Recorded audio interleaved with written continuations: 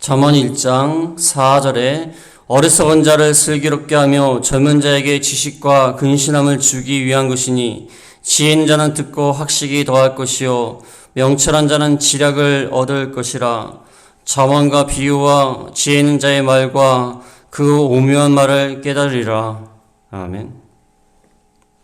지난 시간에 이 잠언은 다윗의 아들 이스라엘의 왕, 가장 지혜로운 왕이었던, 또한 가장 부귀영화를 누렸던 솔로몬 왕의 잠언이라고 하였습니다. 잠언이라는 것은 이 비유한다는 뜻이 있습니다. 어떤 것과 어떤 것을 비유한다. 비유해서 표현하는 말들이 많기 때문에 잠언이라는 말을 하였습니다. 이 잠언에 보면은 여러 가지 형태의 말이 있습니다. 짧은 문구도 있고, 격언과 같은 짧은 문구도 있고, 또 긴 이야기와 같이 된 형식도 있고, 또 설교와 같이 된 형식도 있습니다. 이 잠언을 주신 것은 지혜와 훈계를 알게 하며, 지혜, 하나님의 근본적인 우주적인 질서, 근본적인 지식, 지혜를 알게 하고, 훈계는 경책하는 겁니다. 경책하고 깨닫게 하고 바로잡게 하는 것. 그것을 알게 하려고 잠언을 기록했다. 그다음에 명철의 말씀을 깨닫게 하고, 명철이라는 것은 분별한다. 둘 사이를 분별하는, 통찰하는 능력을 말합니다. 그러한 능력을 깨닫게 한다. 그래서 지혜롭게, 공의롭게, 정의롭게, 정직하게 행할 일에 대하여 훈계를 받게 하며, 그래서 정확한 뜻은 분별하는 훈계를 받게 한다. 분별하게 만든다. 지혜롭게 분별한다는 것입니다. 이것도 역시 분별한다는 뜻이 있어요. 분별한다는 뜻을 가진 단어가 많습니다. 지혜롭게 분별을 잘하는 훈계를 받게 해서 마침내 공의롭게, 정의롭게, 정직하게 만드는 것이다. 이 잠언을 주신 목적이 나옵니다. 공의롭게, 정의롭게, 정직하게 만드신다. 계속해서 잠언을 주신 목적이 나옵니다. 4절에 보면은 어리석은 자를 슬기롭게 하며, 어리석은 자라는 것은 아직 배우지 못한 자, 좀 미성숙한 자, 그러한 자를 말합니다. 배우지 못하고 미성숙하기 때문에 오히려 잠언의 말씀을 더 잘 받아들일 수 있습니다. 좀 자기가 좀 뭔가 많이 안다, 지식 있다고 생각하는 사람은 교만하기 때문에 오히려 많이 이 잠언의 말씀을 잘 못 받지만은 오히려 어리석은 자, 미성숙하고 아직 배운 것이 짧고 그 어리석은 자, 경험이 없는 자, 그런 자가 도리어 슬기롭게 된다. 슬기롭게 된다는 것은 영민하게 된다. 신중하게 된다. 뭔가를 신중하게 깨닫게 만들어준다. 분별하게 만들어준다. 젊은 자도 역시 경험이 없는 사람이에요. 어리석은 자가 비슷한 말입니다. 젊은 자도 경험이 없고 아직 깨달은 게 부족하고 철부지죠, 철부지. 철이 없는 자에게 지식과 근신함. 지식은 단순히 문자적인 지식을 말하는 게 아닙니다. 어떤 책을 많이 읽는다든지 뭔가 많이 안다든지 단순한 알을 말하는 것이 아닙니다. 관계적인 지식, 경험을 통한 지식을 많이 알게 한다. 그 다음에 근신함을 주기 위한, 근신함. 무언가를 잘 실천할 수 있는, 계획을 잘 세워서 어려움을 극복해서 실천하는, 행동에 옮기는, 그 근신을 말합니다.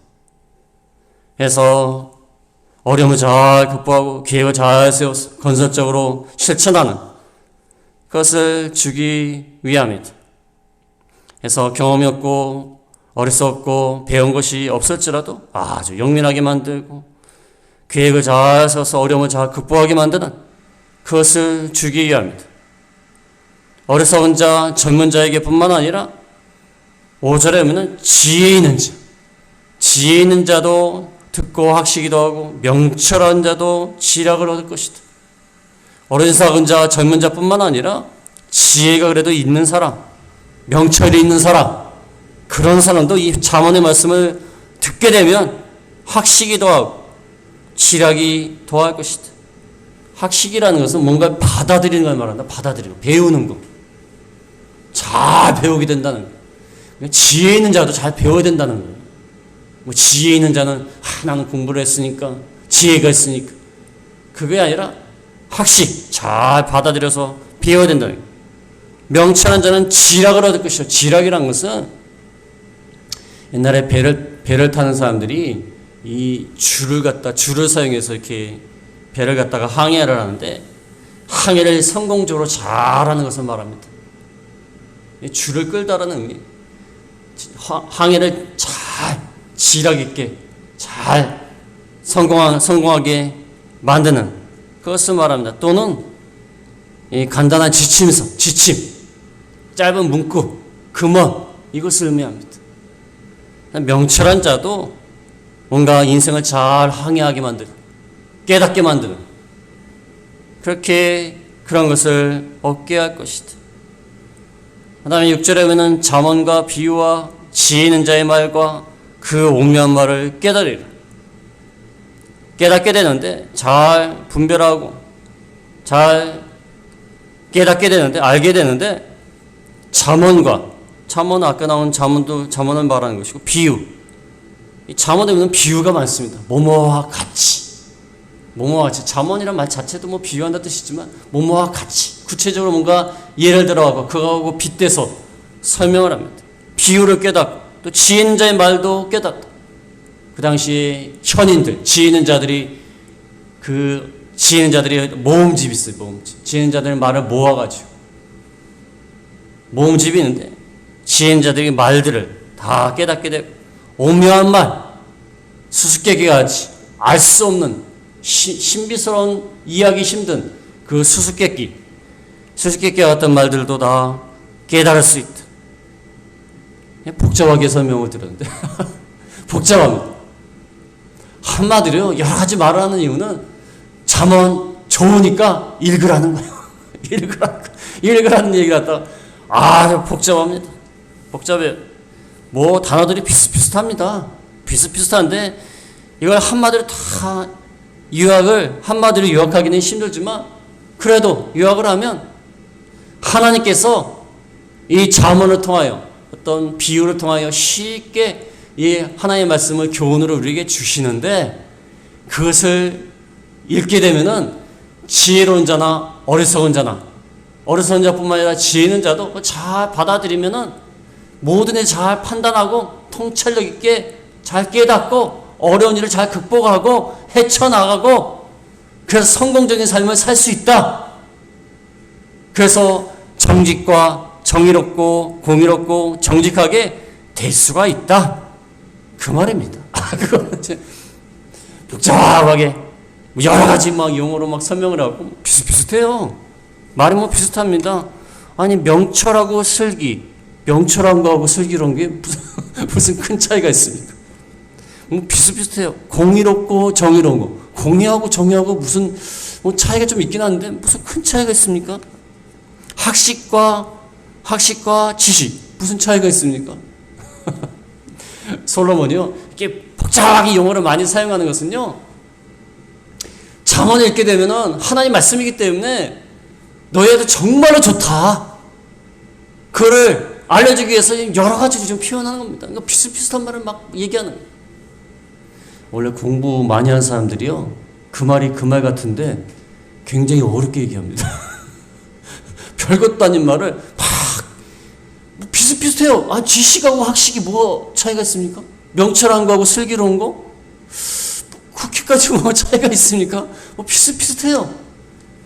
원래 이 솔로몬도 공부를 많이 했거든요. 공부를 많이 한 사람들이 원래 단순하게 얘기하면 될 것 같다가 막 복잡하게 얘기합니다. 복잡하게. 여러분들 변호사들이나 판사가 재판할 때 보면요 뭔 소리인지 몰라요. 뭔 소리인지 몰라요.